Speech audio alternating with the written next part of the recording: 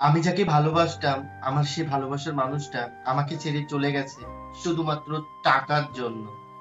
টাকাটাই কি জীবনের সবকিছু? ভালোবাসাটার কোনো মূল্য নেই?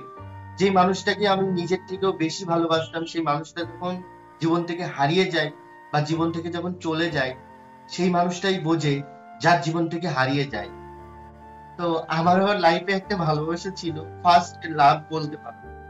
তো ওকে আমি খুব ভালোবেসেছিলাম। তো হঠাৎ করে যদি তার সাথে দেখা হয় রাস্তায়, তাহলে কি মানে তার অনুভবটা বা তার মধ্যে কি চলতে পারে বুঝতে পারো? যে মানুষটাকে ভালোবাসি, আমার ভালোবাসার মানুষটার বিয়ে হয়ে গেছে, সে অনেক ভালো আছে, হ্যাপি আছে। তো সেই মানুষটাকে দেখে হঠাৎ করে, কালকে 15ই আগস্ট ছিল, তার সাথে হঠাৎ করে দেখা হয়। তো সত্যি কথা বলতে না, আমি না কেঁদে ফেলেছিলাম, মানে চোখ দিয়ে আমার জল বেরিয়ে গেছিল। তখন ওই মুহূর্তটা আমার কাছে আমি ভুলতে পারবো না। কারণ জীবনে কি বলতো, যে মানুষগুলোকে আমরা সত্যিকারে ভালোবাসি না, সেই মানুষগুলো কখনো বুঝতে পারে না। যে মানুষটার জন্য সবকিছু করলাম, সবকিছু ছাড়তে রাজি ছিলাম, সেই মানুষটা অবশেষে চলে গেল আমাকে ছেড়ে। কিন্তু কি বলতো, ভালোবাসার মানুষটাকে হারানোর পর আমি এটা অনুভব করতে পেরেছি বা নিজেকে এতটুকু বুঝিয়েছি যে ভগবান যেটা করে সবার ভালোর জন্য করে। ভালোর জন্য যদি না করে থাকে, আমি তখন ইউটিউবটা করতাম, তখন কিন্তু আমার এত ফলোয়ার্স ছিল না, এত মানুষের ভালোবাসা ছিল না, এত দিদি দাদাদের সাথে আমার কথাবার্তা হতো না, কারোর সাথে কোনো পরিচয় ছিল না।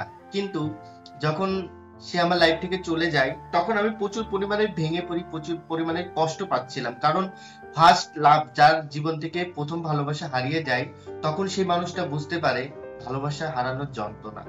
কারণ কি বলতো, আমাদের লাইফে না, মানে আমরা ভালোবাসা জিনিসটা, মানে আগে ছোটবেলায় তো আমরা অতটা বুঝতাম না, কিন্তু যখন সত্যিকারে মন থেকে ভালোবেসে ফেলি কাউকে, তখনই সেই মানুষটা যখন হারিয়ে যায় না, তখন একটা কেমন একটা মনে হয় বাঁচবো না। মানে তাকে ছাড়া আমি থাকতে পারবো না, নিঃশ্বাস নিতে কষ্ট হয়, খেতে ভালো লাগে না, ঘুমাতে অব্দি পারিনি, কতটা কষ্ট করেছি, দিনের পর দিন, রাতের পর রাত জেগেছি শুধু তার কথা ভেবে। কিন্তু সে চলে যাওয়ার পরে আমার অনেক বন্ধুরা আমাকে অনেক বুঝিয়েছে যে যে থাকার হয় সে থাকবে, যে তোমাকে মানে মনে করবে যে তোমার কাছে থাকবে না, তাকে তুমি জোর করে ধরে রাখতে পারবে না। সে যে থাকার হয়, সে হাজার ঝড় বিপদ সবকিছুর মধ্যেও, যে কোনো পরিস্থিতির মধ্যেই কিন্তু তোমার সাথে থাকবে। আর যে মানুষটা যদি মনে করে যে আমি ওর সাথে থাকবো না, তাকে তুমি যতই ধরে রাখার চেষ্টা করো, ধরে রাখতে পারবে না। এইভাবে অনেক বুঝিয়েছিল। তারপরে কিন্তু আমি আবার ইউটিউবটা শুরু করি। এখানে আমার হাজার হাজার দিদিদের দাদাদের ভালোবাসা পাই, যেখানে আমার কৃষ্ণকালী মাকে নিয়ে আমি দীর্ঘদিন ভিডিও করছি, তোমাদের এতটা ভালোবাসা পেয়েছি, মানে প্রত্যেকটা মানুষ এতটা ভালোবাসে, একটা জায়গা করতে পেরেছি। এখান থেকে আমি একটা জিনিস শিখতে পেরেছি যে নিজের লক্ষ্যে আমি যদি নিজের যেহেতু আমি ভিডিও করতাম, হঠাৎ করে যখন ভালোবাসার মধ্যে যাই বা হঠাৎ করে যখন কাউকে ভালোবেসে ফেলি, তখন কিন্তু আমার কাজ করতে ভালো লাগতো না, ভিডিও করতে ভালো লাগতো না, 24 ঘন্টা কিন্তু তার সাথে কথা বলতাম। অবশেষে সে যখন হারিয়ে গেল, জীবনে দেখলাম যে আমার সাথে আর কেউ নেই, ভালোবাসা তো মানে মানুষ আর নেই, তার সাথে তো কথা বলা যাবে না, যেহেতু তার বিয়ে হয়ে গেছে, তার সাথে কথা বলা আমার সম্ভব না। কারণ তার সাথে কথা বলাটা আমার অপরাধ হবে। কারণ যে মানুষটা আমাকে ছেড়ে চলে গেছিল মিথ্যে, মানে কি বলতো, মিথ্যে মানে কথা বলে সে গোপনে বিয়ে করলো। আমার তো একটা দুঃখ কোনোদিনও যাবে না জীবন থেকে, সেটা হচ্ছে যে সে মানুষটা যখন বিয়ে করলো, সে আমাকে একটাবার বলতে পারতো যে আমি বিয়ে করছি, তুমি অন্য কোথাও ভালো থেকো, অন্য কোথাও বিয়ে করো, এই কথাটা কিন্তু একবার বলতে পারতো, কিন্তু সে কিন্তু এই কথাটা বলেনি। এটা আমার জীবনের সব থেকে বড় কষ্ট। যে মানুষটা আমাকে এতটা বেশি ভালোবাসলো, সে কি করে পারলো শুধুমাত্র টাকার জন্য? কি বলতো, জীবনে তুমি হয়তো অনেক সোনা গয়না টাকা পয়সা অনেক ঘুরতে ফিরতে সব পারবে, সবকিছু, কিন্তু কি বলতো, ভালোবাসাটা যেখানে না থাকবে বা ভালোবাসাটা যেখানে তুমি পাবে না, সেখানে দেখবে পৃথিবী তুমি যতই টাকা পয়সা থাকুক, একটা মেয়ে কিন্তু সারা জীবন তার হাজবেন্ড যদি তাকে ভালোবাসে, সে কিন্তু ভাতের কষ্টর অভাব কিন্তু মেনে নিতে পারবে, কিন্তু একটা স্বামীর অভাব বা একটা ভালোবাসা পাওয়ার জন্য সে কিন্তু একটা সংসারে আসে, যে আমার একটু ভালোবাসা, ভালো খাওয়ার জন্য, ভালো পড়ার জন্য যদি পেত, তাহলে তো বাবার ঘরেই পেত। তাহলে বিয়ে করে স্বামীর ঘর করতো না। স্বামীর কাছ থেকে একটু ভালোবাসা পাওয়ার জন্যই কিন্তু মেয়েরা বিয়ে থা করে। তারপরে কিন্তু তাদের একটা সংসার হয়, একটা বাচ্চা কাচ্চা হয়, তাদের এইভাবে জীবনটা চলে। কিন্তু তুমি যেভাবে আমাকে ফাঁকি দিলে, তবুও আমি ভগবানের কাছে বলি যে তুমি ভালো থাকো। কারণ ভালোবাসার মানুষটাকে কখনো অভিশাপ দিতে নেই, তাকে বলতে হয় তুমি ভালো থাকো, তুমি ভালো থাকলে আমি ভালো থাকবো, তুমি ভালো থেকো। জীবন তো কারোর জন্য থেমে থাকে না। দেখো তোমার বিয়ে থা হয়ে গেছে, তোমার বাচ্চা কাচ্চাও হয়ে গেছে, তাহলে বুঝতে পারছো তো জীবনে কারোর জন্য কিছু থেমে থাকে না। তোমার বিয়ে থা হয়ে গেছে, বাচ্চা কাচ্চা হয়ে গেছে, তারপর তোমার ছেলে মেয়ে বড় হবে, বিয়ে দেবে তাদেরকে, এভাবে চলতে থাকবে। তো এই যে আমাকে ঠকালে, এটা না একদিন অনুভব করতে পারবে, এখন না পারবে, 1 বছর পর, 2 বছর পর, 3 বছর পর, 4 বছর পর, 10 বছর পর, 15 বছর পর একদিন এই অভাবটা বুঝতে পারবে। কারণ যখন তোমার ভালোবাসা, তুমি যাকে ভালো মানে বিয়ে করলে, সে মানুষটা যখন তোমাকে কষ্ট দেবে, তখন এই কথাগুলো মনে পড়বে যে ওই একটা মানুষ ছিল যে মানুষটা আমাকে সবসময় বলতো যে হাজার কষ্টের মধ্যেও তোমার কখনো হাত ছেড়ে যাবো না, হাজার কষ্টের মধ্যেও তোমাকে কখনো কষ্ট দেবো না, তোমার সুখ দুঃখে তোমার সবসময় পাশে থাকবো। কি বলতো, ভালোবাসাটা আমি এটা মনে করি যে কৃষ্ণ কিন্তু রাধাকে পায়নি, তাকে কিন্তু ভালোবাসতো কিন্তু পায়নি। তেমন আমারও এরকমই অবস্থা, আমিও পাইনি। ভালোবাসার পূর্ণটা খুব কম লোকই পায়। আবার এমনও আছে ভালোবাসা, যে মানুষটাকে আমি ভালোবাসি, ভালোবেসে বিয়ে করলাম, বিয়ে করার পরে কিন্তু দীর্ঘদিন পরে কিন্তু তাদের সংসারে অশান্তি হয়, তাদের ডিভোর্স হয়ে যায়, ছাড়াছাড়ি হয়ে যায়, এরকমও কিন্তু হয়।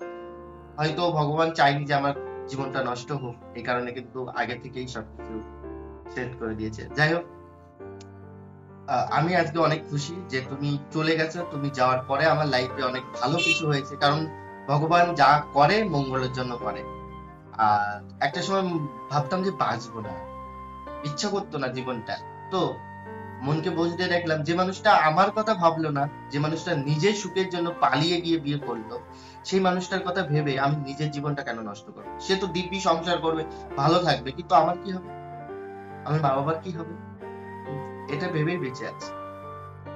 আর এই ইউটিউব প্ল্যাটফর্মে যত দিদিরা দাদারা আছে, যারা আমার ভিডিওটা দেখে, যারা আমাকে এতটা বেশি ভালোবাসে, সেই মানুষগুলো দীর্ঘদিন আমার পাশে আছে, যে মানুষগুলোর মুখের দিকে দেখে, যে মানুষগুলো সবসময়ের জন্য আপদ বিপদে আমার পাশে ছিল, আছে, থাকবে, এটা আমার বিশ্বাস। কারণ রক্ত সম্পর্ক থাকলেই যে তার সাথে ভালো সম্পর্ক, আর রক্ত সম্পর্ক না থাকলে যে তার সাথে ভালো সম্পর্ক থাকবে না, এটা কিন্তু ভুল। তুমি যাকে ততটা বেশি ভালোবাসা দেবে, তারাও কিন্তু তোমাকে ততটাই বেশি ভালোবাসা দেবে। তুমি কাউকে ভালোবাসবে না, শুধু ভালোবাসা নেবে, এটা কিন্তু হতে পারে না। তো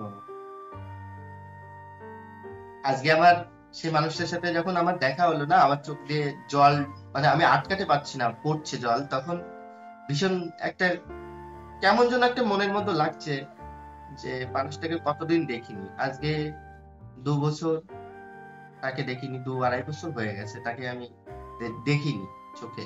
হঠাৎ করে যখন চোখের সামনে এলো, তখন মনটা ভীষণ খারাপ হয়ে গেল যে ভালোবাসার মানুষটাকে এত কাছ থেকে দেখবো, সেও আমাকে দেখেছে। তার চোখটা নিচের দিক ছিল, এমন ভাবে ছিল নিচের দিক, সে কিন্তু আমার চোখে চোখ রেখে কখনো আর কথা বলতে পারবে না, বা চোখে চোখ রেখে আর তার কোনো শক্তি নেই, বা তার কোনো কিছু নেই যে আমার চোখে চোখ রেখে কথা বলবে। কি করে বলবে? কারণ সে সেই জায়গাটা রাখিনি। শুধু একটাই কথা বলবো, যে মানুষগুলো, তোমরা যারা আমাদেরকে ভালোবাসো, প্রত্যেকটা মেয়েদেরকে আমি বলছি, যারা কোনো ছেলেকে যদি তোমরা ভালোবাসো, তুমি যাওয়ার আগে না তাকে একটাবার বলে যেও যে দেখো, বাড়ি থেকে মানছে না, বা আমার এখানে দিচ্ছে না, আমি এখানে করতে পারবো না, তুমি অন্য কোথাও বিয়ে করে ভালো থাকো। একটা মুখের কথা অন্তত তাকে বলে যেও, যাতে নেক্সট টাইম সে কষ্ট না পায়।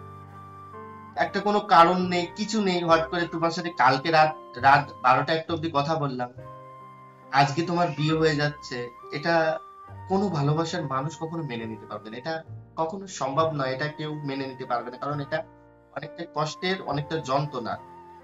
সত্যিকারে ভালোবাসলে কখনো যেতে পারতে না, এতটুকুই। তো আমি ওকে দেখে আমি খুব কান্না করে ফেলেছিলাম, তখন ওখান থেকে আমি চলে আসি। বাড়ি এসে না ভীষণ খারাপ লাগছিল নিজের, কি করব বলো? তো তারপরে ভাবছিলাম যে আমি এইভাবেই আমার ইউটিউবটাকে চালিয়ে নিয়ে যাব। আমার যত দিদিরা দাদারা আছে সবাই আমার পাশে আছে, এইটুকু বিশ্বাস। তোমরা সকলে আমার পাশে থেকো। আর ভালোবাসায় হেরে গেছি, কিন্তু তোমাদের কাছে আমি হারতে চাই না। তোমরা আমাকে হারতে দিচ্ছ না। তোমরা আমাকে কোনো রকম, আমি যদি কখনো কষ্টের ভিডিও করি, তোমরা আমাকে বলো যে ভাই কষ্ট পেও না, সবকিছু ঠিকঠাক হয়ে যাবে। তোমরা আমার মনোবল যোগাও, তোমরা আমার শক্তি। তো তোমরা আমাকে এইভাবেই পাশে থেকো, এইভাবেই সাপোর্ট করো, তাহলে যাতে আমি নেক্সট টাইম আরো আরো তোমরা অনেক লোকে কমেন্ট করেছিলে যে ভাই দেখো, তুমি ওর থেকে তোমার ভালো কেউ আসবে তোমার লাইফে, ওর থেকে অনেক ভালো কেউ আসবে, কারণ জীবনে খারাপ কিছু মানুষ চলে যায় ভালো কিছু আসার জন্য। তো তোমরা আমাকে এই আশীর্বাদটা করেছো, এইভাবে আমার পাশে থেকো, সবাই ভালো থেকো, সুস্থ থেকো। কালকে একটা নতুন ভিডিওর সাথে আসবে। এই কথাগুলো বলতে চাইছিলাম না, কিন্তু তোমার মনে হলো এই কথাগুলো তোমাদের সাথে শেয়ার করি, তোমাদের জানা দরকার। সত্যি, সবাই ভালো থেকো। জয় কৃষ্ণ কালী মায়ের জয়, জয় সোনা মায়ের জয়, জয় মা।